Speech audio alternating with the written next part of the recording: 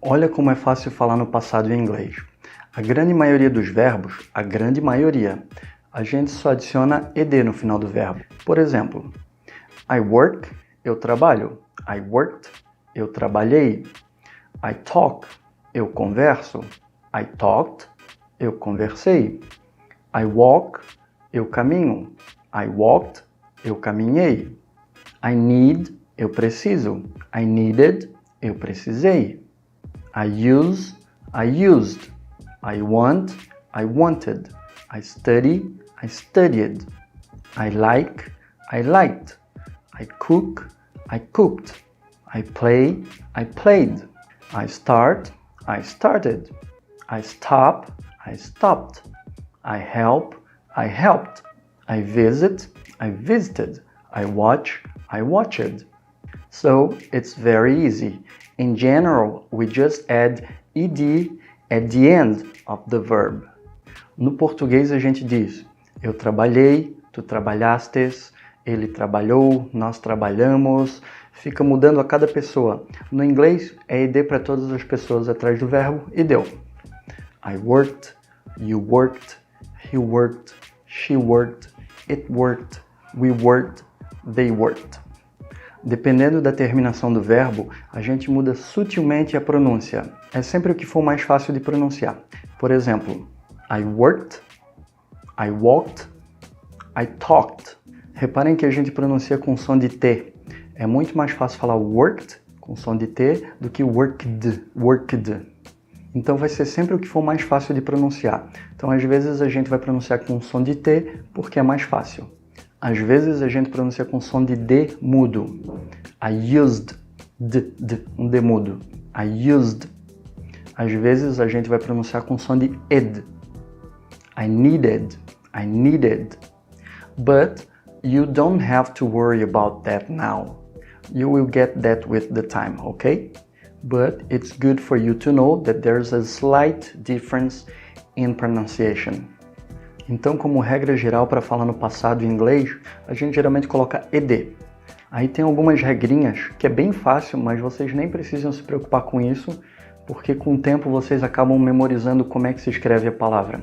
Mas para quem realmente quer saber as regras ou para quem vai prestar algum tipo de teste e precisa saber a gramática, eu vou explicar. Então a regra geral é só colocar ed. Se o verbo já terminar em e, só coloca o d. Used, liked, loved. Quando o verbo terminar com y, tem que prestar atenção. Se antes do y tiver uma vogal, a, e, i, o, u, vai ed normal. Não muda nada. Played, stayed. E não é played nem stayed. Played, stayed.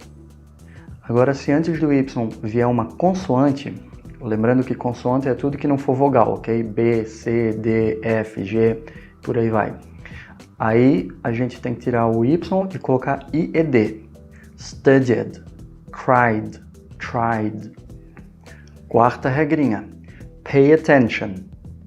Se esse verbo terminar com consoante, vogal tônica e consoante, o famoso CVC, a gente vai dobrar a última letra antes de acrescentar ed, ok? Se for consoante, vogal tônica, tem que ser tônica, e consoante de novo. A vogal tônica é a vogal que é pronunciada com mais intensidade, mais forte, ok? Stop, stopped. Terminou em uma consoante, uma vogal tônica e outra consoante. Lembrando que a vogal tônica é uma vogal que é pronunciada com mais força, com mais intensidade. Como a palavra stop só tem a letra O de vogal, então ela tem que ser a mais forte, porque só tem ela. E terminou com mais uma consoante, então eu dobrei o P antes de acrescentar ed. Plan, planned. Terminou em consoante, vogal, consoante. Então eu dobrei o N antes de acrescentar ed. Control, controlled. Terminou em consoante, vogal tônica e consoante. O último O é que é o mais forte. Então eu dobro o L antes de acrescentar o ed. Se a tônica fosse o primeiro O, eu não dobraria, ok? Mas a gente fala control e não control. Então eu dobrei porque a última é tônica, forte. Prefer, preferred. Também terminou em uma consoante, uma vogal tônica e outra consoante. Então eu dobro antes de acrescentar o ed. Então aquela última vogal ali ela tem que ser tônica, tem que ser mais forte, ok? Exemplos de palavras onde a última vogal não é a mais forte, e a mais forte é a primeira. Open, opened. Terminou em consoante, vogal e consoante. Porém, aquela vogal ali no meio não é a mais forte. A mais forte é o primeiro O, open. Então não dobra, a gente não fala open, a gente fala open, ok? Por isso que não dobra. Travel, traveled. A vogal forte, a tônica, é o A, não é o E. Então não dobra, porque não termina com consoante, vogal tônica, consoante. Listen, listened. A vogal tônica é a I e não a E, então não dobra. Ok? Só vai dobrar mesmo quando for consoante, vogal tônica e consoante lá no final, senão não dobra. Essa regrinha do CVC tônica no inglês é bem bacana, porque ela vai servir depois em outras situações no inglês também. But, as I said, if you are not going to take a grammar test, you don't have to worry about that. Let's take a look at some more examples. He needed to use the toilet. They used my car yesterday. We talked about that. I worked a lot yesterday. She walked from San Diego to Los Angeles. It rained a lot last week. Agora lembra que eu falei que a maioria desses verbos seguem essa regra? Para tudo isso que a gente viu, para todos esses verbos que a gente acabou de trabalhar, a gente chama de verbos regulares, que são os verbos que terminam em ED. Agora a gente vai ver os verbos que não seguem esse padrão, que não terminam em ED, que são os verbos irregulares. Let's take a look at some examples. I go, eu vou. I went, eu fui. Sim, fica bem diferente, mas não se preocupem porque vocês vão decorar isso bem rapidinho. Essas palavras são bem comuns e usadas o tempo todo no dia a dia, então vocês vão decorar muito rápido. Vamos ver outros exemplos. I eat, eu como. I ate, eu comi. I drink, eu bebo. I drank, eu bebi. I have, eu tenho. I had, eu tinha ou eu tive. I take, I took. I speak, I spoke. I do, I did. I come, I came. I make, I made. Lembra do made in Taiwan, made in China? Feito na China, feito em Taiwan, que já foi feito, foi made, no passado. I tell, I told. I sell, I sold. Lembra nos filmes que a gente geralmente vê o pessoal colocando uma plaquinha de vendido, a casa foi vendida na frente das casas? Sold. Então é por isso, é porque já foi vendido no passado, sold. I find, I found. Lembra da page not found? Página não encontrada? Às vezes dá aquele erro na internet quando a página não é encontrada. Por isso, found, encontrada, não foi encontrada. Vocês viram como essas palavras são bem comuns e a gente de vez em quando vê no nosso cotidiano e nem faz ideia? Então, como vocês podem ver, esses verbos não seguem um padrão. Mas calma aí, a notícia boa é que vocês não vão precisar decorar todos agora de início. Comecem com os mais usados do dia a dia, os mais frequentes, que vocês vão usar e ver o tempo todo com mais frequência. E com o tempo a gente vai aprendendo os mais específicos. Uma outra notícia boa é que apesar de eles não seguirem um padrão, eles trabalham meio que parecido. Depois que vocês decorarem algumas palavras, vocês acabam deduzindo outras. Então com o tempo vai ficando mais fácil. In another video, I will teach you how to memorize them much easier. Now let's take a look at some more examples. I went to the United States. Went é o passado do go, ok? Para todas as pessoas. Então, eu fui para os Estados Unidos.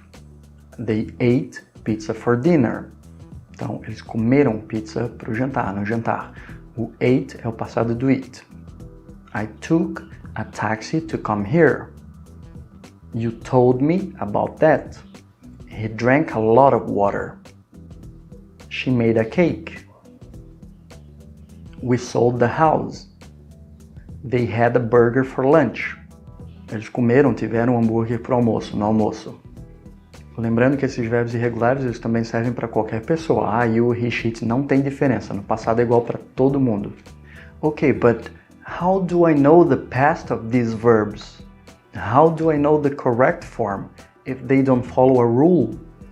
And how do I know if a verb is regular or irregular? So, there is a thing called the irregular verbs list, which is a table, a list with the irregular verbs, and you need to study this list. This list is very easy to find on the internet. Just go on Google or on YouTube and type irregular verbs list. The complete list has hundreds of verbs, but as I said, you don't have to memorize all of them now. Start with the most frequent ones, the most used ones, the ones that we use every day, and with the time you memorize the other ones. Sometimes you find a short list and sometimes you find a longer list, a more complete list. So be careful. Try to use always a very complete list, because maybe if you are looking for a verb, it might not be there. Então a tabela é geralmente assim, ela contém os verbos irregulares. Geralmente na primeira coluna a gente tem a forma original do verbo, ok? E na segunda coluna a gente vai ter os verbos no passado simples, que é o que a gente está estudando agora. The third column is for something called present perfect, which is something advanced and we will not cover in this course. So don't worry about that now, okay? Let's take a look at some more examples. Vamos dizer que eu quero falar, eu comprei uma casa. Comprar é buy, mas eu quero falar, eu comprei no passado. Então eu vou procurar a palavra buy. Ah, então tá aqui, buy. Como é que ela vai ficar no passado? Bought. Então eu vou usar essa forma, ok? I bought a house. Another example. Eu escolhi você. Então escolher é choose. Então eu vou procurar choose, eu já sei que ele é um verbo irregular. O passado dele é chose. Então, I chose you. Lembrando mais uma vez que para saber se um verbo é regular ou irregular, é só olhar uma tabela completa. Se o verbo que vocês estiverem procurando estiver dentro da tabela, ele é irregular. Aí vocês vão ver como é que é o passado. Se ele não estiver na tabela, ele é regular. Aí vocês só vão colocar ed. Another example. Eu construí uma casa. Construir é build. Então eu vou procurar o verbo build. Ah, o passado dele é built, com T. Então, I built a house. Você quebrou seu braço. Quebrar é break, broke, you broke your arm. Ele começou ontem, seja lá o que for. He began yesterday. Began é o passado de begin. Ok? E por aí vai. Façam alguns exercícios para irem se acostumando com a tabela, ok? Now, how about the interrogative form? Now, to ask the questions in the past, we need to use the auxiliary did in front of the person, to the left of the person. Remember, any person, I, you, he, she, it, there is no difference. The past is the same for everybody. Did you go? Você foi? Did we need? Did they talk? Did you have to go? Did I close the door? Did he travel with you last year?